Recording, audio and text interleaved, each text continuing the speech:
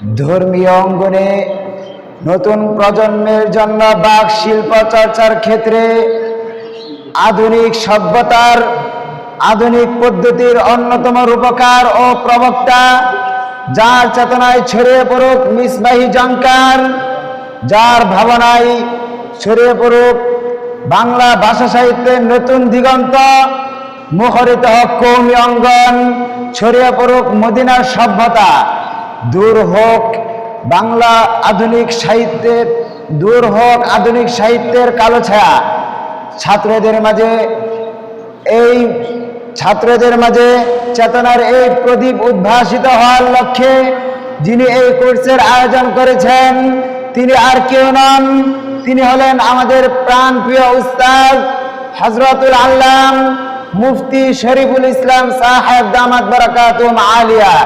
আল্লাহ তাআলা হযরতকে নেক হায়াত দান করুন, আমিন।